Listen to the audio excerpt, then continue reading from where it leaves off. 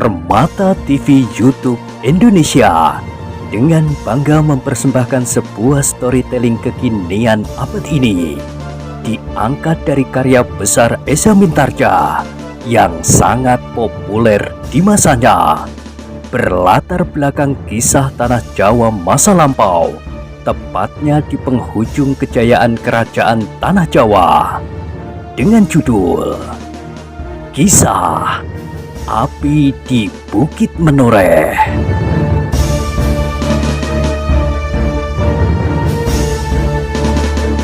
Pada kesempatan yang sangat baik ini, kita masuk pada episode yang ke-303.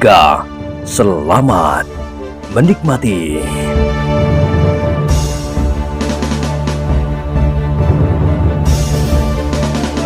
Pada episode sebelumnya telah diceritakan, pada gerak yang pertama-tama telah terasa pada Ki Argopati bahwa kelesuan geraknya memang agak terganggu oleh luka dan pembalut di dadanya. Namun meskipun demikian, ia masih merasa cukup mampu untuk menghadapi Ki Tambakwedi dalam keadaan itu. Apalagi ia mengharap Pandanwangi dapat mengganggu keseimbangan pertempuran itu. Suruh anakmu ikut serta.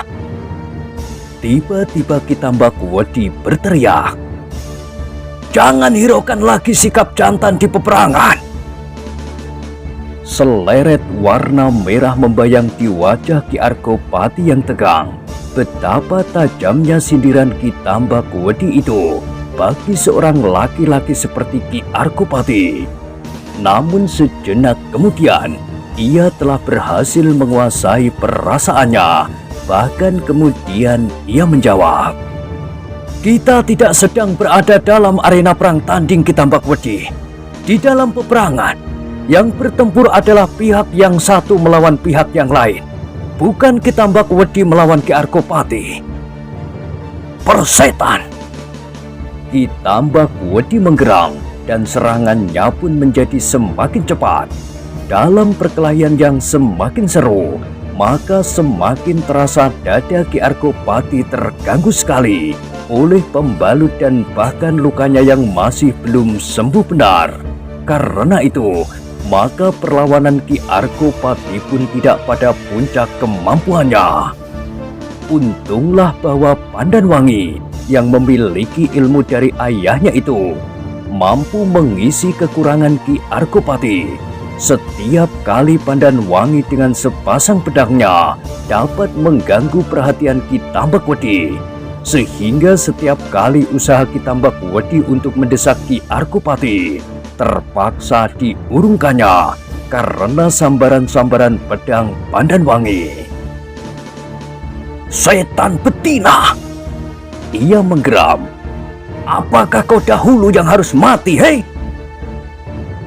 Pandanwangi sama sekali tidak menyahut, tetapi pedangnya menjadi semakin lincah berputaran.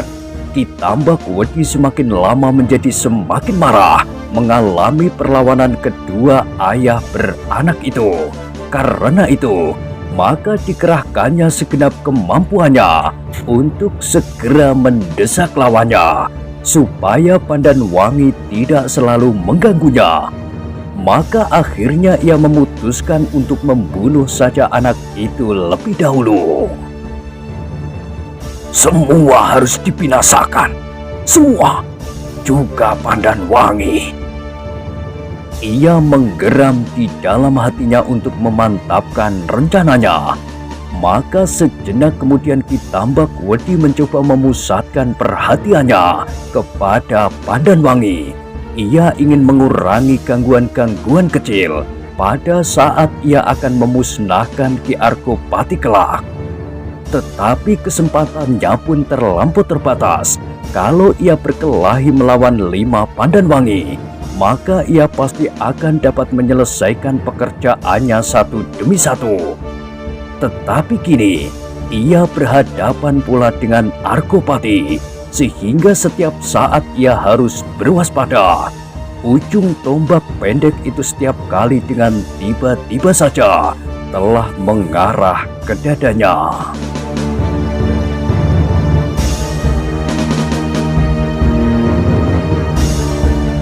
Namun Ki Tambak Wedi adalah iblis yang paling mengerikan, sehingga dengan segala macam cara ia telah berhasil melibat Pandanwangi yang agak terpisah dari ayahnya. Namun ketika ia siap melontarkan gelang-gelang besinya untuk segera menyelesaikan Pandanwangi yang berdiri beberapa langkah daripadanya, tiba-tiba ia disambar oleh sebuah kenangan tentang seorang perempuan yang pernah hinggap di dalam hatinya. Ternyata wajah gadis yang bernama Pandanwangi itu mirip benar dengan ibunya itu, Roro Wulan. Wajah yang pernah membuatnya kehilangan keseimbangan sehingga lahirlah si Danti. Dan apabila Roro Wulan itu kemudian bersuami, maka menjadi jauhlah ia lari dari setiap perempuan dan menyepi di lereng Gunung Merapi. Sekejap Ki Tambak Wedi dicekam oleh keraguan-raguan, namun sekejap kemudian ia menggertakkan giginya sambil menggeram. Tidak seorang pun yang akan dapat lolos. Semua harus dimusnahkan, termasuk Pandanwangi. Siapapun Pandanwangi itu.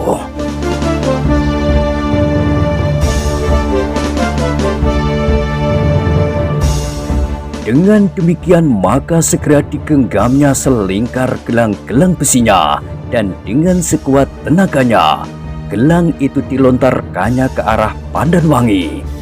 Tetapi waktu yang sekejap itu ternyata terlampau besar artinya bagi Pandanwangi.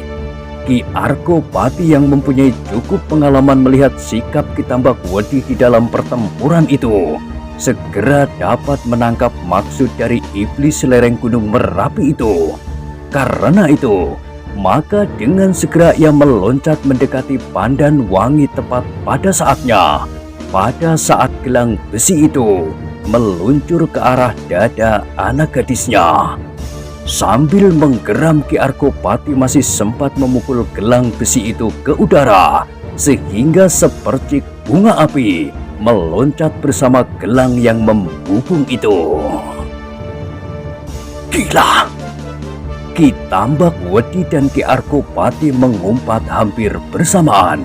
Jantung di dalam dada mereka pun berdentang semakin cepat pula, sementara dada Pandanwangi menjadi berdebar-debar. Hampir saja ia disambar oleh senjata Ki Tambak Wedi yang pasti tidak akan dapat dielakkannya. Dengan demikian maka Ki Arkopati menjadi lebih berhati-hati. Ia harus melupakan sakit di dadanya. Ia harus berusaha sejauh-jauh yang dapat dilakukan untuk melawan iblis yang paling ganas itu. Meskipun kadang-kadang Sambakto dapat membantunya, tetapi tenaganya tidak terlalu banyak berarti bagi pertempuran antara orang-orang yang berilmu jauh di atas jangkauannya. Maka betapa lambatnya, namun pasti Ki Tambak Wedi akan dapat menguasai lawannya, karena menurut pertimbangan Ki Tambak Wedi sendiri, pada suatu saat Ki Arkopati yang masih diganggu oleh lukanya itu akan kehabisan tenaga sebelum waktu yang dicapai oleh ketahanan tubuhnya, seperti biasanya dalam keadaan yang wajar.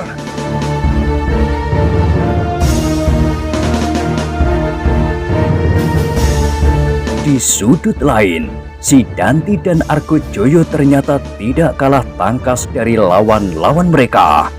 Prahasta dan Kerti tidak terlampau banyak berarti lagi bagi keduanya, karena mereka harus melawan orang-orang yang memang sudah dipersiapkan oleh si Danti dan Argojoyo pula. Sehingga baik Argojoyo maupun si Danti itu masih mempunyai keyakinan bahwa mereka akan dapat mengalahkan lawan-lawan mereka. Tetapi saat itu agaknya Honggopati dan Diposongo masih dipengaruhi oleh jenis senjata yang tidak biasa mereka pakai. Karena itu mereka berdua pun tidak berkeras hati, meskipun mereka merasa tidak dapat menguasai lawannya. Pada saatnya aku akan letakkan senjata-senjata ini dan aku akan memakai pedangku." Keduanya berpendirian serupa di dalam keadaan yang menjadi semakin gawat. Namun mau tidak mau, ledakan-ledakan cambuk itu telah menumbuhkan persoalan pula di dalam hati Ki Tambakwedi yang justru tidak melihat sendiri siapa yang mempergunakannya. Demikian mendesaknya persoalan suara-suara cambuk itu, sehingga akhirnya Ki Tambakwedi tidak dapat menahan hatinya lagi untuk mengetahuinya. Diperintahkannya seorang penghubungnya untuk melihat siapakah orang-orang yang telah mempergunakan cambuk di dalam peperangan ini. "Kenapa kau digelisahkan oleh suara cambuk itu, Ki Tambakwedi? Apakah kau tidak senang mendengarnya?" bertanya Argopati sambil menyerang terus. Ki Tambakwedi menggeram, tetapi ia tidak menjawab. Dengan sekuat-kuat tenaganya, ia berusaha untuk segera mengalahkan lawannya apabila mungkin. Dengan demikian, maka ia akan mendapat kesempatan untuk menjelajahi peperangan ini. Tetapi apabila tidak, maka ia harus menunggu Argopati kehabisan tenaga dan sama sekali tidak berdaya lagi. Sejenak kemudian, penghubungnya telah kembali lagi kepadanya. Dengan cekatan ia meloncat surut, menghindari serangan Ki Argopati dan Pandanwangi sambil bertanya, "Siapa mereka?" "Orang-orang yang tidak kita kenal," jawab penghubung. "Siapa nama mereka?" Penghubung itu terpaksa meloncat jauh-jauh ketika serangan Ki Argopati melanda Ki Tambakwedi dengan dahsyatnya. Tetapi Ki Tambakwedi pun cukup lincah untuk menghindarinya. Bahkan dengan sigapnya ia meloncat menyerang Pandanwangi. Tetapi sekali lagi, ia harus membentur kekuatan Ki Argopati yang menghalanginya. Kemudian disusul oleh serangan sepasang pedang dari arah lambung. Ki Tambakwedi terpaksa meloncat surut, tetapi justru ia mendapat kesempatan untuk mendengar. "Si Danti belum mengenalnya." Ki Tambakwedi menarik nafas dalam-dalam. Kalau si Danti belum mengenalnya, mereka atau salah seorang daripadanya pasti bukan anak-anak dari seberang Mentauk yang menggelisahkan itu. Dengan demikian maka Ki Tambakwedi bertempur semakin mantap. Ia percaya bahwa kekuatan pasukannya tidak terlampau jauh berada di bawah kekuatan lawannya. Setelah korban berjatuhan pada saat mereka masuk, bahkan mungkin masih dapat mengimbangi atau bahkan melampauinya.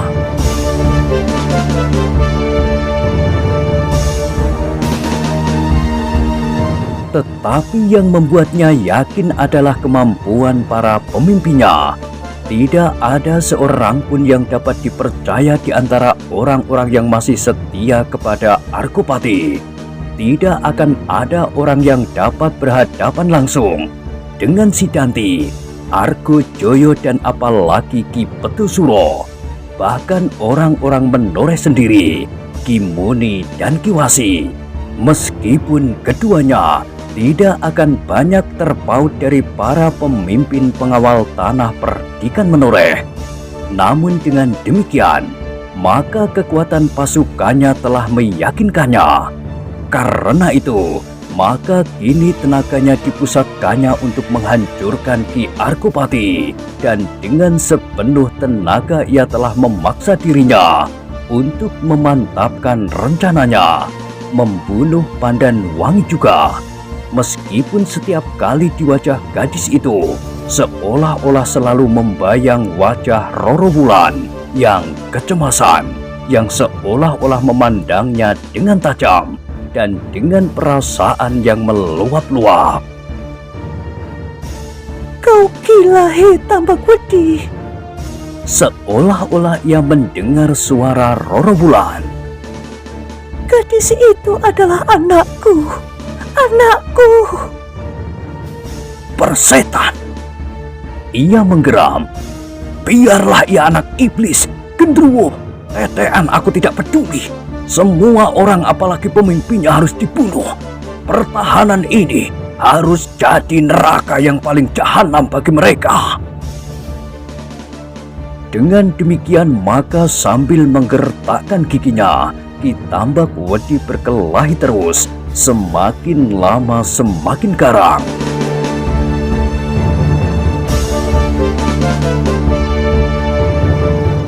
Sementara itu, di bagian lain dari peperangan itu pun menjadi semakin seru. Sekali-sekali terdengar mereka berteriak di sela-sela dentang senjata. Teriakan mereka yang mencoba menghentakkan kemampuannya, namun juga teriakan mereka yang tersentuh oleh senjata.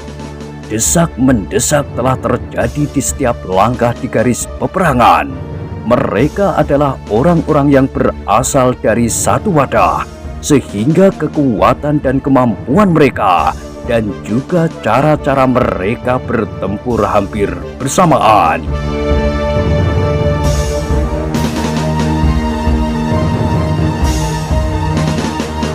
Hanya di beberapa bagian saja terjadi kegelisahan yang agak mengganggu ketabahan hati para pengawal tanah perdikan Menoreh yang setia kepada Ki Argopati. Orang-orang yang tidak dikenal bertempur dengan kasar dan buasnya. Mereka sama sekali tidak menghiraukan perasaan apapun.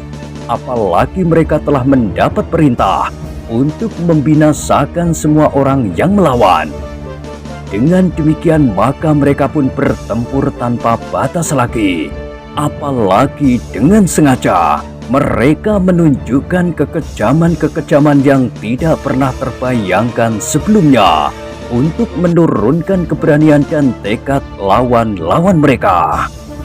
Tetapi ternyata semuanya itu hanyalah mengungkat kemarahan para pengawal tanah perdikan, sehingga mereka justru berkelahi semakin gigih untuk mempertahankan diri dari garis perlawanan di dalam gelar yang telah mantap.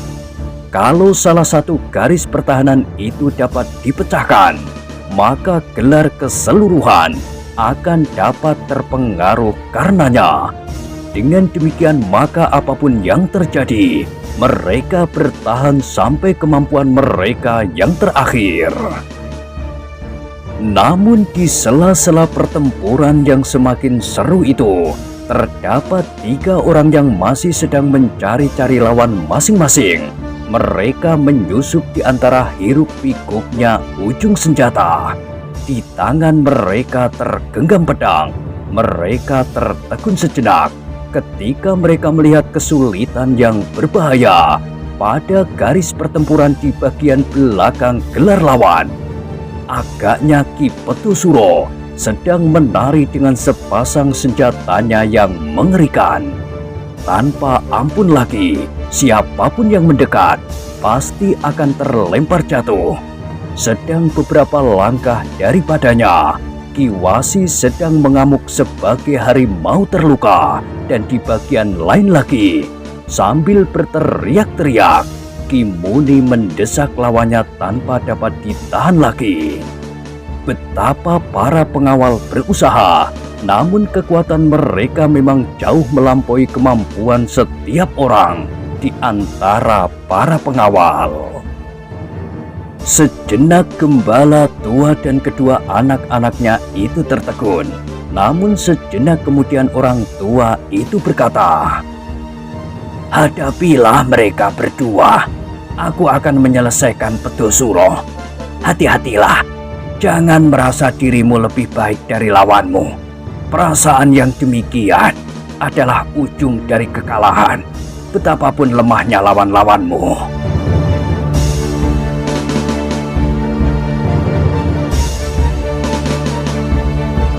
Kedua muridnya menganggukkan kepalanya sambil menghindarkan diri dari setiap serangan.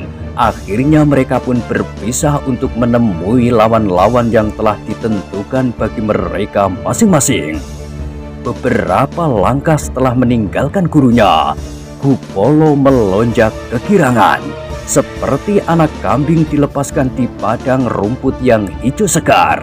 Beberapa kali ia tertegun melihat perang campuh yang seru. Ujung senjata berputaran dan terayun-ayun, kemudian gemerincing benturan yang melontarkan bunga-bunga api. Sejenak kemudian Kupolo telah berada di baris pertempuran yang terdepan. Kini ia harus mulai menyadari arti dari ujung-ujung senjata lawan yang setiap saat dapat menghunjam di dadanya. Kupolo mengerutkan keningnya. Sejenak ia melihat seorang pengawal yang bertempur mati-matian melawan seorang yang agak asing. Menurut dugaan Kupolo, orang itu pasti bukan orang menoreh. Mungkin orang ini termasuk salah seorang anak buah Ki Petosuro, katanya di dalam hati. Dan tiba-tiba saja tangannya menjadi gatal, apalagi ketika ia melihat orang itu tertawa sambil berkata, "Hei, sebut ayah dan ibumu, lalu tundukkan kepalamu. Aku akan memenggalnya." Lawannya, seorang pengawal tanah perdikan menoreh menggeram, tetapi ia memang sedang terdesak. Bahkan sejenak kemudian senjatanya telah terlepas dari genggamannya. Sekali lagi Kupolo melihat orang itu tertawa sambil berkata, "Ayo, cepat berlutut." Pengawal itu surut beberapa langkah, tetapi dalam perang yang hiruk pikuk ia tidak banyak mendapat kesempatan. Sekali ia justru terdorong oleh seseorang yang sedang menghindarkan diri dari tusukan ujung tombak. "Mau lari kemana kau anak yang malang?"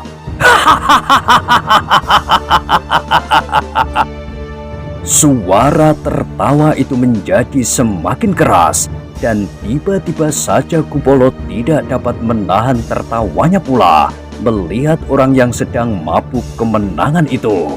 Bahkan kemudian ia berkata,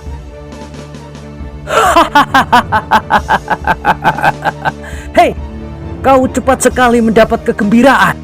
Itulah agaknya yang membuat kumismu menjadi tebal." Orang itu terdiam. Dipandanginya Kupolo sejenak, hanya sejenak. Hiruk pikuk peperangan telah mendorongnya untuk segera melakukan sesuatu, dan tiba-tiba saja ia meloncat menikam pengawal yang sudah tidak bersenjata itu, supaya ia segera dapat menghadapi musuhnya yang lain. Tetapi ujung senjata itu tidak pernah dapat menyentuh korbannya. Tiba-tiba saja ia terpekik selagi ia masih menjulurkan tangannya yang menggenggam senjata itu. Sejenak kemudian, ia menjadi terhuyung-huyung. Demikian Kupolo menarik pedangnya yang terhunjam di lambung orang itu. Maka orang itu pun segera jatuh tertelungkup, mati. Pengawal yang terselamatkan itu sejenak berdiri mematung. Ia mengenal anak yang gemuk itu sebagai seorang gembala. Tetapi bagaimana mungkin ia dapat melakukan hal itu begitu cepatnya, sehingga matanya tidak dapat menangkap gerak itu. Kini yang terdengar adalah suara tertawa Kupolo. Sambil meloncat meninggalkan pengawal itu, ia berdesis, "Ambil senjata itu. Kau tidak dapat tidur di dalam peperangan kalau kau tidak mau benar-benar dibantai oleh lawan-lawanmu."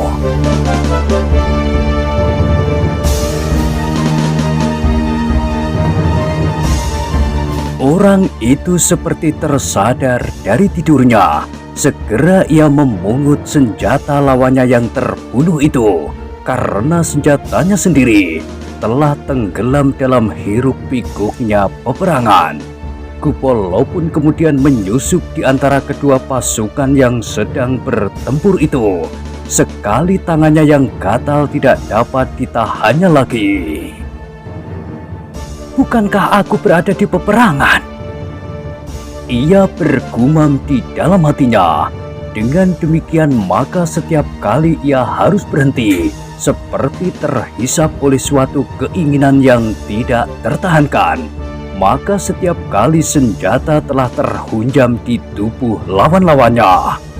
Meskipun demikian, Kupolo masih mencoba membedakan apakah lawannya itu orang-orang menoreh ataukah orang-orang asing yang datang ke menoreh dalam keadaan yang kemelut itu.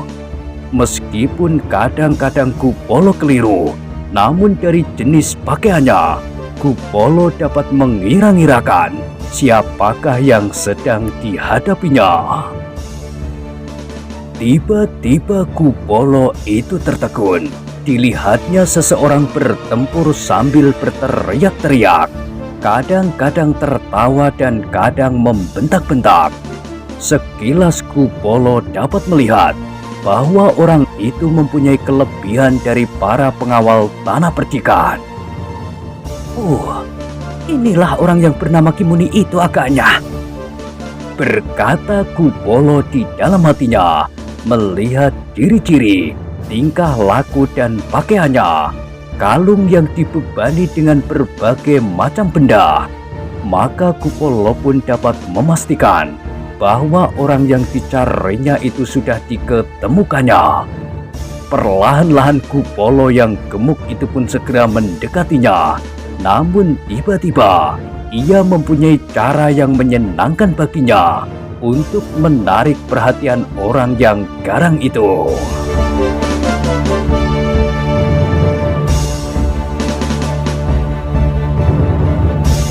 Senjatanya sangat menarik, desis Kupolo di dalam hatinya. Sebuah pedang yang lengkung. Kupolo memang tidak segera menyongsongnya. Dibiarkannya Kimuni sesumbar dan bertempur seperti seekor elang yang menyambar. Beberapa orang terpaksa bergabung untuk melawannya. Kupolo mengerutkan keningnya. Bukan saja tangannya yang menjadi gatal, tetapi hatinya tergelitik melihat sikap dan tandang Kimuni. Seolah-olah di seluruh jagat tidak ada orang laki-laki selain dirinya. Itulah sebabnya, maka Kupolo pun tiba-tiba telah berbuat serupa. Sambil tertawa berkepanjangan, ia menyerang beberapa orang sekaligus. Ia membuat lingkaran perkelahian sendiri di samping arena yang berpusar pada Kimuni.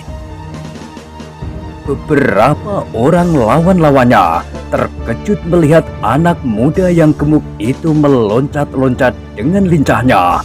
Pedangnya terayun-ayun menyambar-nyambar seperti burung sikatan. Setiap kali ujung pedang itu menyentuh tubuh lawannya dan setiap kali terdengar pekik kesakitan. Tetapi Kupolo memang aneh. Ia masih sempat bergurau di peperangan. Kalau beberapa saat lawan-lawannya tidak ada yang terpekik kesakitan karena ujung pedangnya tidak berhasil melukai lawannya, maka ia sendirilah yang berteriak. Namun kemudian suara tertawanya menggema berkepanjangan. Cara bertempur Kupolo itu benar-benar telah menarik perhatian baik lawan maupun kawan. Beberapa orang pengawal terheran-heran melihat gembala itu mampu bertempur demikian tangkasnya, apalagi seolah-olah ia hanya sedang bermain-main di saat terang bulan. Lawan-lawannya pun menjadi cemas melihat tandangnya. Ujung pedangnya seolah-olah mempunyai mata yang dapat melihat kemana lawannya menghindar. Seseorang yang sekali diburu oleh pedangnya, betapapun juga ia berusaha, maka akhirnya ujung pedang itu pasti akan bersarang di dadanya. Demikianlah, maka Kupolo telah menimbulkan kegemparan di medan itu. Arena pertempuran di seputarnya menjadi gelisah seperti dilanda angin pusaran. Ternyata cara itu berhasil menarik perhatian Kimuni. Orang yang merasa dirinya tidak terlawan itu mengerutkan keningnya. melihat arena yang disuruh beberapa langkah daripadanya. Hei, siapa yang berkelahi di situ? Ia berteriak. Hei, akulah yang berkelahi di sini. Terdengar jawaban dari tempat yang gelisah itu. Siapa kau? Teriak Kimuni pula. Aku, Gegeduk Tanah Perdikan Menoreh, seorang pengawal yang paling setia pada tugasku, karena cita-cita yang menjiwai setiap perbuatanku. Persetan, siapakah namamu? Setiap orang mengenal aku, karena aku selalu berada di sisi Ki Gede Menoreh, membina tanah ini. Sekarang selagi tanah ini menjadi semakin baik, kau datang untuk menghancurkannya. Gila, gila kau. Kimuni berteriak sambil mengamuk. Senjatanya yang lengkung menyambar-nyambar seperti elang. Beberapa orang yang berada di sekitarnya segera terdesak menjauh, dan beberapa orang yang bersama-sama melawannya pun meloncat surut. Beberapa langkah Kimuni maju diikuti oleh pasukannya yang mendesak maju pula. Aku adalah seorang yang hampir sepanjang umurku berada di tanah ini, berkata Kimuni dengan lantangnya. Aku belum pernah mengenal tampangmu. Kupolo tidak segera menjawab. Ia melihat Kimuni menjadi semakin dekat ke lingkaran perkelahiannya. Ayo, sebut namamu.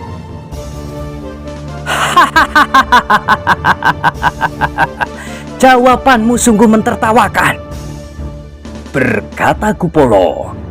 Kalau kau orang Menoreh, apalagi sejak kanak-kanak, kenapa kau ikut-ikut bersama-sama cecurut-cecurut itu untuk justru menghancurkan Menoreh?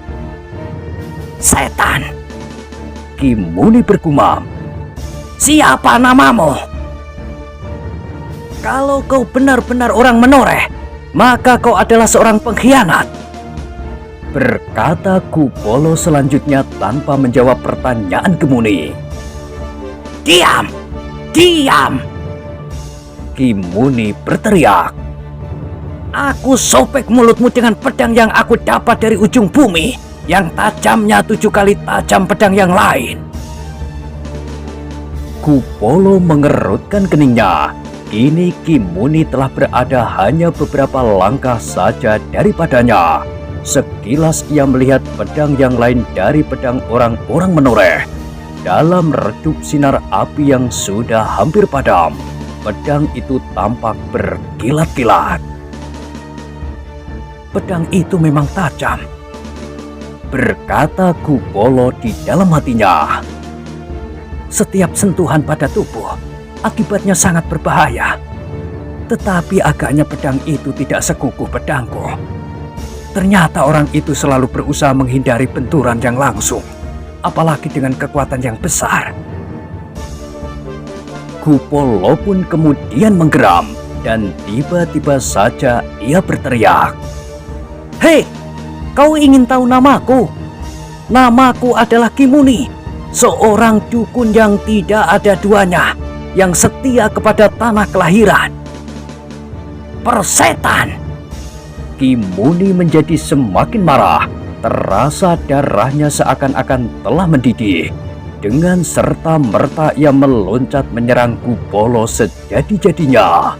Kupolo surut selangkah untuk memantapkan diri.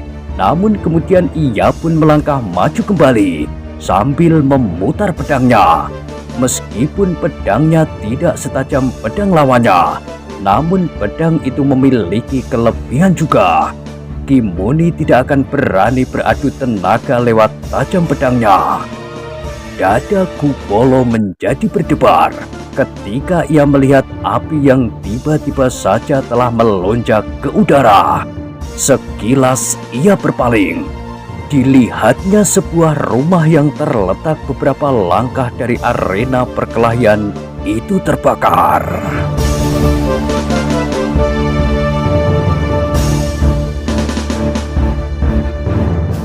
Nah, Bagaimanakah kisah selanjutnya? Silahkan ikuti terus kisah Api di Bukit Menoreh pada episode berikutnya. Sampai jumpa.